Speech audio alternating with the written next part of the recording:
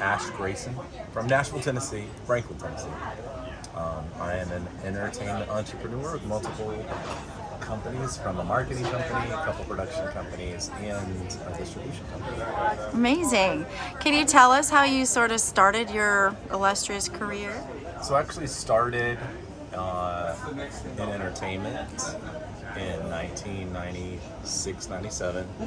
I was actually in college and I was working, believe it or not, as a janitor. And I made $18,100 that year, which disqualified me for financial aid. So I could not afford to go to school. I left school and followed a band that I thought was going to be famous that no one knew, called Hanson. And then within a year, really within 6 months, they had a #1 song in 40-something countries. And it started my path kind of down entertainment. But it's funny because if you see old videos, like how I first started with them, I was their math tutor. So I actually taught them math. That's amazing. So if you ever get a tip from them and the math is off, that's fine. Oh my God, that's so. Okay, and then from music, how did you seg into film? So I started doing music videos, made some lower-fi ones, and then they became bigger and more famous. So I would write treatments for their videos, and I wrote a treatment for a video that was nearly $1 million, and they were about to hand me that amount of money, the record label. So we had mutual friends, and Gus Van Sant agreed to do it. He had just come out with a movie that wasn't actually out yet. I remember he sent me a VHS of it called Good Will Hunting. And we connected over that movie because of me being a janitor that was math whiz. And it was like very like hand in glove. I always say my version of that movie ends with me driving off with Hanson, not to find a girl. But very similar stories. And then from there, I just went all over the world for them, filming stuff. I made a long form documentary.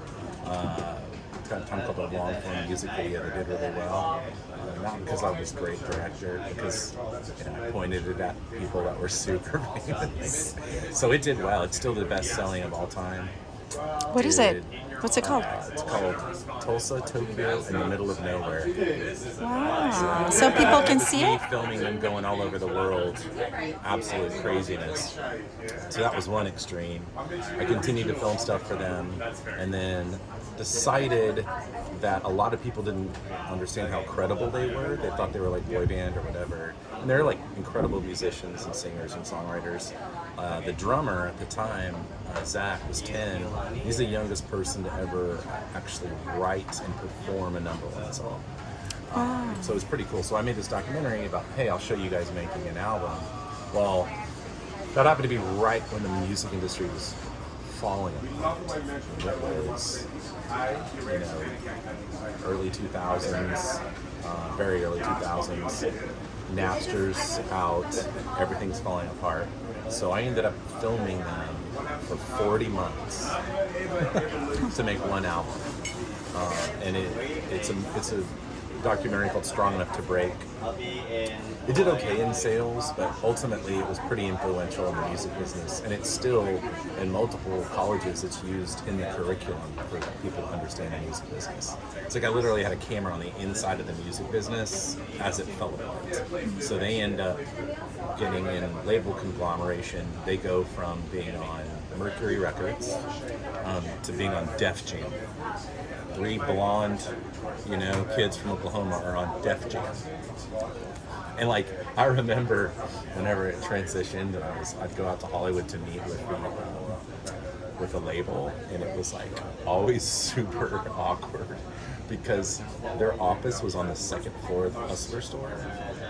So the only way you could get to the office was just walk through like ball gags and tunnels and stuff. And I was always just like, oh my God. My grandma's on the phone, it's like, where are you, honey? And I'm like, I'm just going to meet the record label people. I was just That's like, amazing. This is not exactly what we signed up for. Oh my God. So through all that, they ended up starting their own independent label. And I was actually a vice president of that label for a while.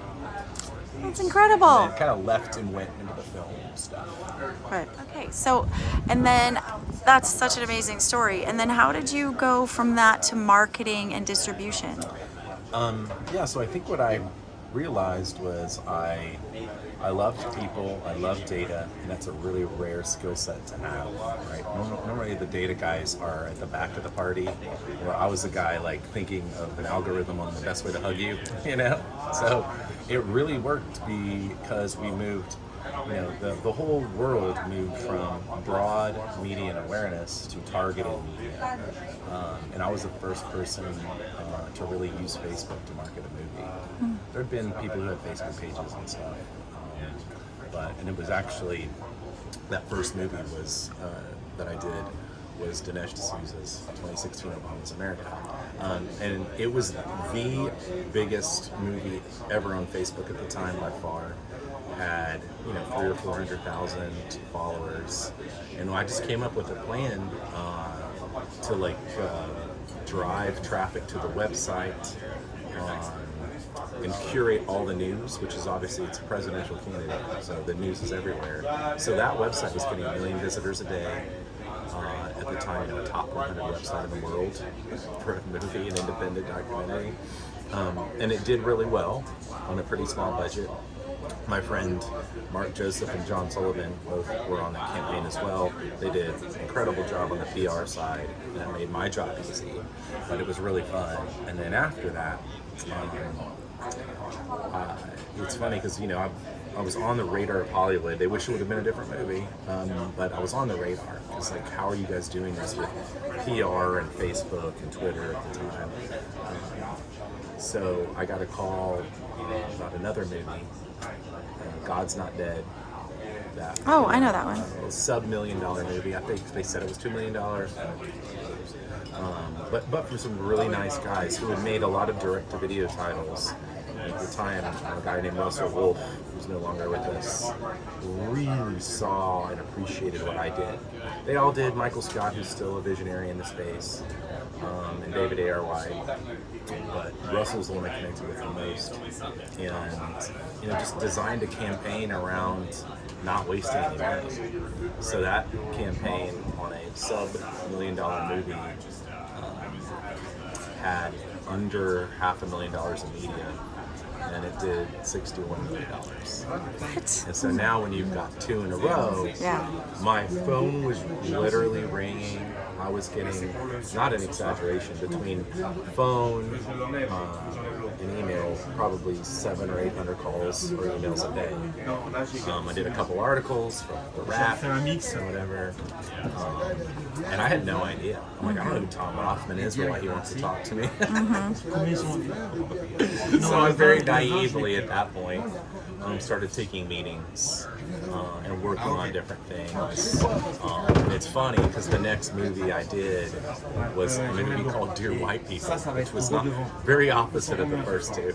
But it was a tiny movie, and I fell in love with the director Justin, who was a genius, and I love what it had to say because it wasn't like, you know, obviously it's a movie about race, but it's not like white and black. It's like there's just like a spectrum of racism, right? And it even covers like the whole idea, and part of the idea in the movie is like black people can be racist too, right? So if you actually see the movie, it's like kind of the opposite of the Tyler Perry movie. And what's interesting is Roadside is, you know, they work with Lionsgate. You know, Lionsgate owns part of Roadside. It's run by Howard and Eric, who are geniuses. So, Dear White People, Roadside Attractions, Howard and Eric, Hollywood power couple, absolute geniuses. So, they were worried that Lionsgate had Tyler Perry. And I'm like, no, I think everyone's going to love this. I think the Tyler Perry people actually love this, even though it's making fun of them.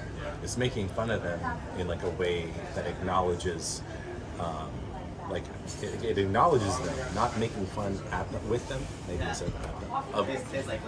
And so we tested against Tyler Perry audience, and they loved it. We spent a tiny amount of money. The movie did $4.5 million. That's one of the, I've begged twice in Hollywood for something. That was one of the ones I begged for more money because I'm like, we can get this movie to $50 million. And Howard and Eric, pretty conservative, and they were like, there's no need for you to apologize. Like, this movie's made money. Like, Yeah. we acquired it for very little. We spent very little. It's made money. Everybody's gonna make money. And they're like, you did great. Because I had this meeting where, oh, I've screwed up. We could have gone bigger. He's like, no. And what was great for Justin was one of the best directors I've ever worked with in marketing, because he came, I believe, out of Paramount or somewhere in marketing. And when you said, hey, I need something that's not the trailer to market the movie, he immediately had great ideas. There was a genius kid up at Roadside named Nate Daniels, who now works for Kirk Cameron, of all things. Absolutely great kid. He and Justin came up with some really incredible marketing things, like funny commercials with the cast of the movie that were on brand. So we did something called racism insurance, where white people could call on a token black guy to appear if they accidentally said something racist. And that little video they made got 100 million views. What? And it was tagged with your white people. You have really different views revolving around distribution that are definitely unique. Can you talk about those? Yeah, so one of the companies I co-founded in 2019 is a company called Matter, which is, make what matters, important stuff. But it was to take, content of any kind. We have comedians, we have Brazilian music, we have everything, good stuff that wasn't making as much money as it should or didn't have a home. And we decided that home should be with an audience and not a platform specific. So a lot of it is through YouTube. We distribute about $2.5 million to creators every month. We only make money when we make them money. And I really think for a lot of people, that is a great path to distribution. The example I used yesterday on the panel, and I'll repeat it, is a lot of people think Justin Bieber was just discovered on YouTube. And the truth of the matter is, that's not wrong, but he went out and sang on the street. And those videos got seen. His mom, Patty, who I know, those videos weren't meant to build a huge YouTube channel. He did not have a huge YouTube presence. Scooter Braun accidentally clicked on his video. That's the truth of the story. And said, hey, he literally chased it down, right? Because he was looking for good talent. And I like to tell people, there's a great example there of just going out and doing your thing. I think it's easier if you're an actor, because you can just get on and make shorts. There's a guy on TikTok I love who creates a character and then does a dramatic interpretation of the song. Some of them are ironic and funny, and some of them will almost make you cry. He gets deep into a character and just is reciting song lyrics. Or sometimes you can take song lyrics and you don't realize how, he did one that was super intense, and it was just the Police, Every Breath You Take. But he's reading the lyrics and creates a stalkery character. It's every breath you take, I watch you, And when he reads it that way, whoa! Sting probably needed to go sit with somebody and talk about his feelings. But what we do in the movie business so often is we raise money to make our movie. In Justin Bieber's case, it had been he raised money to make his album. And instead of just showing it, right? Whether it's in little pieces or the full thing, or showing up at festivals and meeting people, we sit on the corner with this sign that says, please buy my movie for $1.5 million. And that would have never worked for Justin Bieber, right? He would have just sat there forever saying, what are you talking about? Buy your album for $150,000. And I just think the distribution hurdle for most people is not what they think it is. Because audience is distribution. Yeah, 100%. And you can build an audience one at a time. It's not fun. It's hard. Right? So, why is it so important for independents, doing anything in film, to come to Cannes? So, I think why it's important to come to Cannes is you can meet people here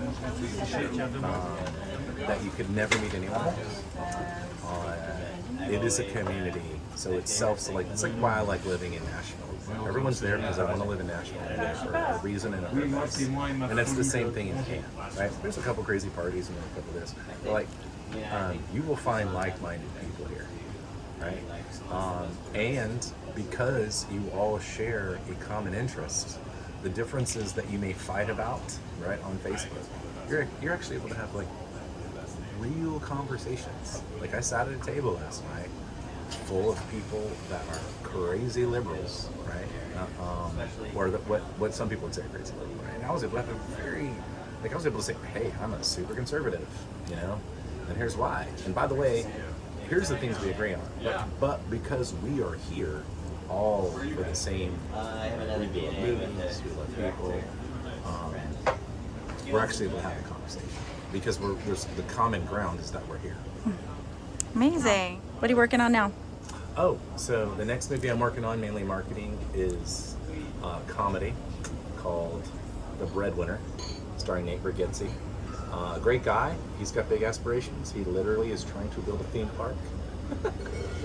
And then the one after that is a bigger, more epic, patriot type of movie called Young Washington that I think actually will, even though it's an American story, I think it'll have global appeal. It's got a big cast, directed by John Irwin, being distributed by Angel, and it's out July 3rd, and it's to celebrate the 250th anniversary of America. That's so exciting. Cheers to that. Yay. Bye. Oh, cheers.